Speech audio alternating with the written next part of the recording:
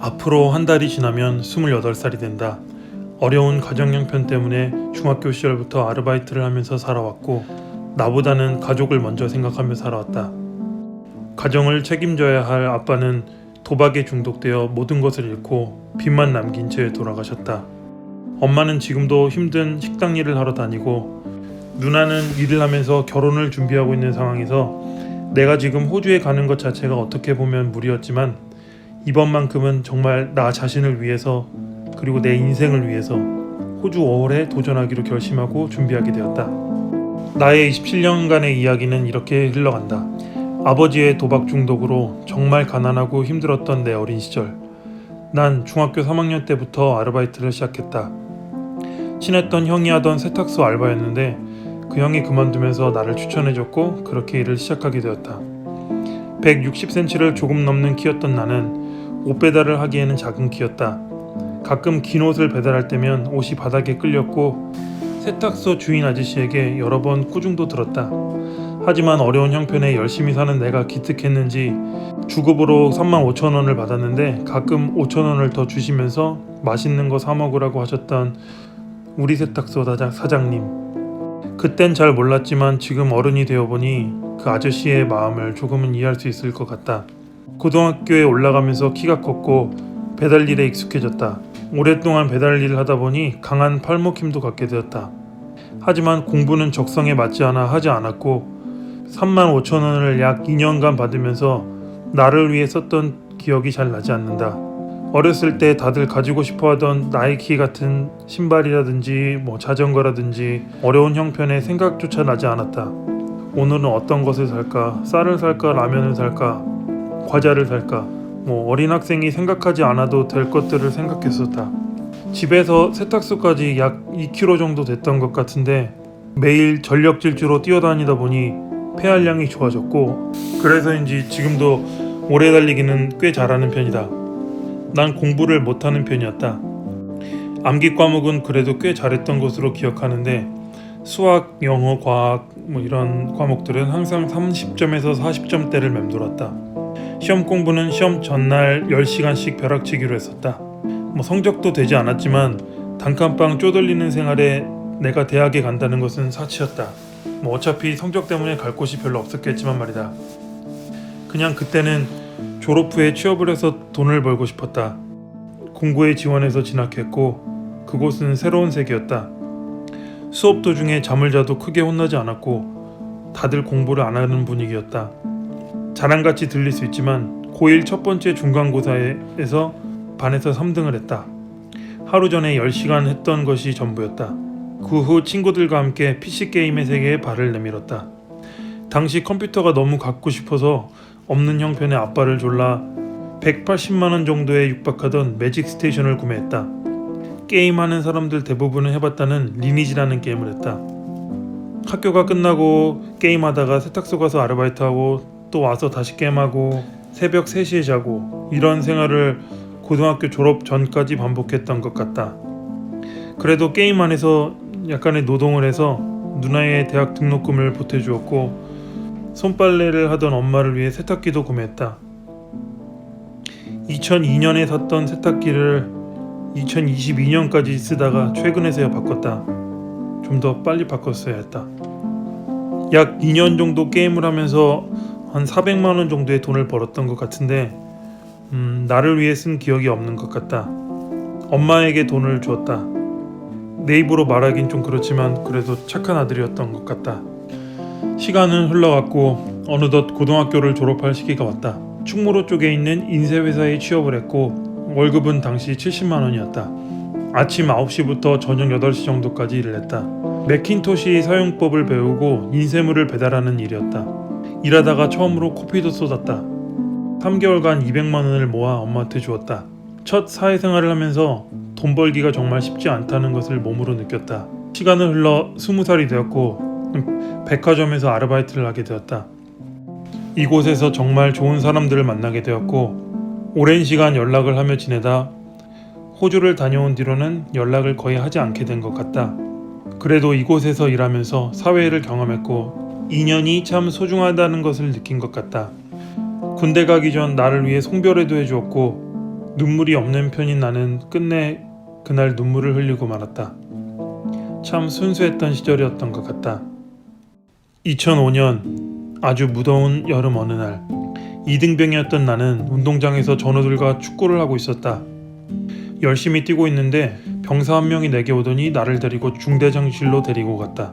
그때 아버지가 간암 말기로 위독하다는 소식을 듣게 되었고, 그날 저녁에 바로 청원 휴가를 나가게 되었다. 사실 아버지와는 사이가 좋지 않았다. 지금도 생생히 기억나는 사건들이 많지만 한 가지를 말하자면, 내가 6살쯤 되던 해였나? 당시 우리 가족은 좁은 지하 단칸방에 살고 있었다. 엄마와 누나, 나 이렇게 셋이서 자고 있는데 아빠가 들어왔다. 언제나처럼 술에 취해 있었고 돈을 내놓으라며 소리를 질러댔다. 엄마 아빠가 말다툼을 하며 싸웠고, 갑자기 아빠가 쓰레기통을 들더니 집에 있던 어항을 내리쳤다. 집안은 깨진 유리 조각들과 물로 물바다가 되었다. 바닥에 팔딱이는 금붕어 한 마리가 내 눈에 들어왔고, 불쌍한 물고기를 살리기 위해 주워서 양손에 올려놓고 엉엉 울었다.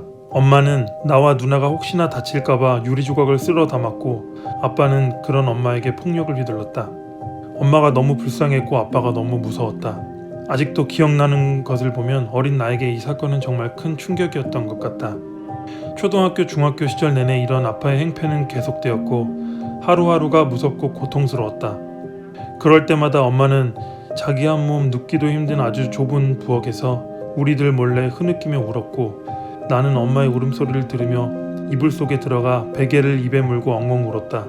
시간이 지날수록 점점 아빠에 대한 나의 증오는 커져만 갔고, 새들어 살던 건물 옥상에 올라가서 종종 야구 배트를 휘두르며 강해지리라 다짐했다.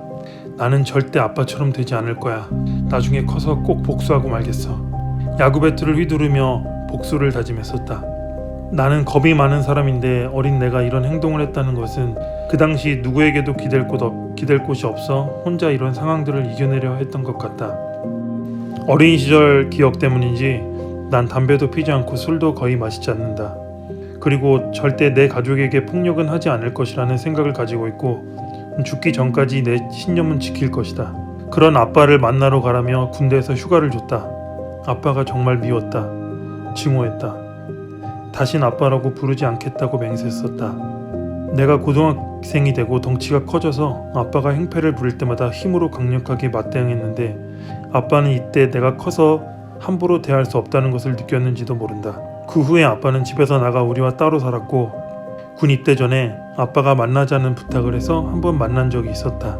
그때 그 자존심 강한 아빠가 눈물을 보이며 너도 크면 다 알 거야 이렇게 말했고, 나는 냉정한 목소리로 아니, 나는 절대 모를걸? 절대 아빠 같은 인생은 살지 않을 거니까. 나는 이렇게 아빠의 가슴에 비수를 꽂았다. 아빠는 조금 충격을 받은 것 같았고 미안하다며 내게 용서를 구했다. 그런 아빠의 모습을 보면서 내 눈에서도 눈물이 떨어졌지만 나는 끝내 이렇게 말했다. 아빠, 미안한데 용서할 수가 없어. 정말 냉정한 내 모습이었다.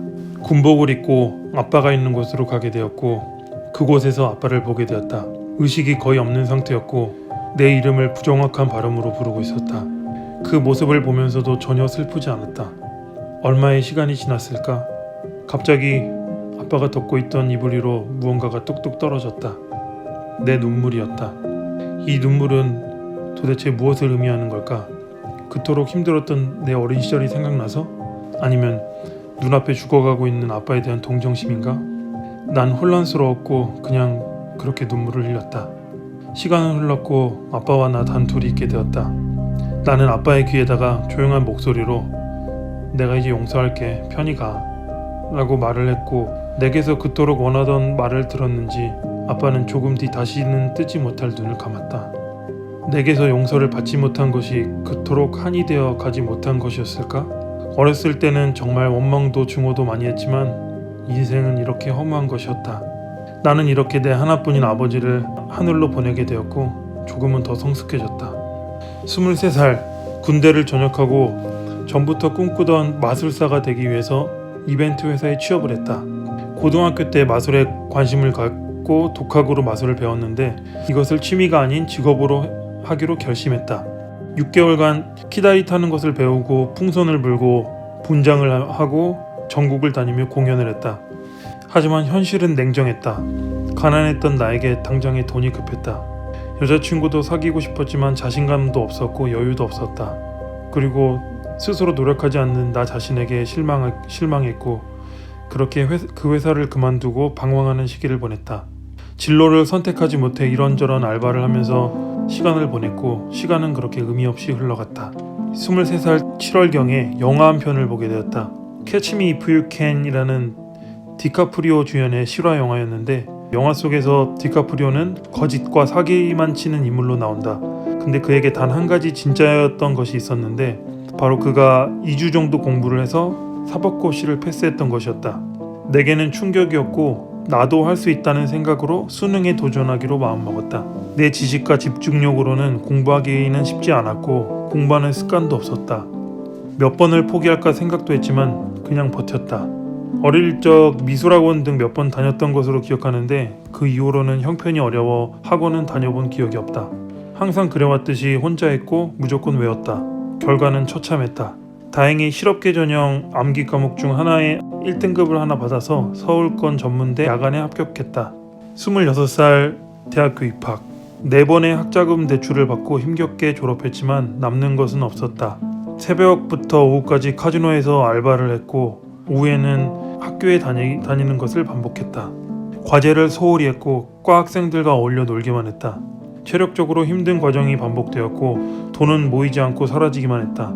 방학 때는 에어컨 설치, 콘서트 부스 설치 등 닥치는 대로 일을 했고 2년이 이렇게 바람같이 지나가 버렸다. 카지노에 다니면서 딜러들을 보았는데 일을 하면서 외국어를 공부하는 모습을 보며 외국어의 중요성을 깨달았다. 그리고 그때 호주 워킹홀리데이라는 것을 알게 되어 언젠가는 가겠다는 결심을 했지만 어려운 형편에 나는 돈을 벌어야만 했다. 26살의 나이. 전문대 학위에 학점도 나쁘고 영어 점수도 없고 자격증도 없는 나는 좋은 회사에 취업이 어려웠고 여기저기에 마구잡이로 이력서를 뿌려댔다. 그중 한 곳에서 면접을 보게 되었다. 그리고 결국 교육 쪽 영업일을 하게 되었다. 기본급은 없었고 하는 만큼 버는 일이었다.